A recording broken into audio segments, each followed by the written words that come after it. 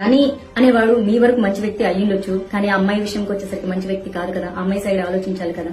సాక్ష్యంగా నేనున్నానండి. నేను సినిమా ఇండస్ట్రీలో ఉన్నాను. సినిమా ఇండస్ట్రీలో నాకు చాలా మంది ఫ్రెండ్స్ ఉన్నారు.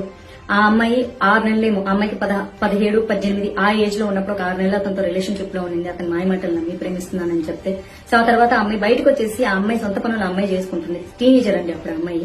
సో ఇప్పుడు ఆ అమ్మాయికి మొన్న 22 వచ్చిందండి. జస్ట్ 21 నుంచి 22 కి వచ్చింది. ఆ అమ్మాయి ఇది పుష్ప 2 సినిమా షూటింగ్ జరుగుతున్నప్పుడు కూడా సాంగ్ షూటింగ్ లో అక్కడికి జానీ మాస్టర్ వచ్చేసి చాలా పెద్ద రచ్చ చేసేసి పెద్ద గొడవ చేశారు. సుకుమార్ గారే దాన్ని పంచాయతీ పెట్టి క్లియర్ చేశాడు. అందుకే ఆ షూటింగ్ లో ఆ ఇష్యూ జరిగింది కాబట్టి, ఆ సాంగ్ షూటింగ్ లో జరిగింది కాబట్టి, ఆ నిజాలు అల్లు అర్జున్ కి తెలుసు కాబట్టే ఆయన సపోర్ట్ చేయడం జరిగింది.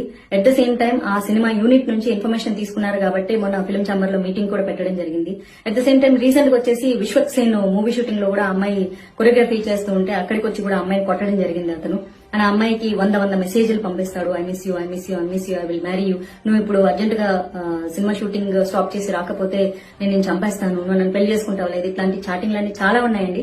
ఈ సాక్ష్యాలన్నీ ఆ అమ్మాయి పోలీస్ స్టేషన్ లో ప్రొవైడ్ చేసింది. వీడియో చాటింగ్లు కానీ, లేకపోతే వీడియోలు కానీ, పెట్టిన వీడియోలు కానీ, చాటింగ్లు కానీ, ఇవన్నీ కూడా పోలీస్ స్టేషన్ కి అమ్మాయి సబ్మిట్ చేయడం వల్ల ఎఫ్ఐఆర్ ఫైల్ చేసుకోవడం జరిగింది, ఛార్జ్ షీట్ చేయడం జరిగిందండి. సో దయచేసి ప్లీజ్, ఒక ఆడపిల్లని ఆ అమ్మాయికి ఇష్టం లేకుండా పెళ్లి చేసుకో, I love you, I miss you, లేకపోతే వచ్చి కొడతా అని సినిమా షూటింగ్ లోకి వచ్చి ఆపేసేసి ఆ అమ్మాయికి వచ్చిన 2-3 సినిమాలు కొరియోగ్రఫీ చేసుకుని నమ్మండి నాయన, మీ అందరివి ఆయన చేతిలో పెట్టండి. మీ అందరికీ జిల్ జిల్ జిగ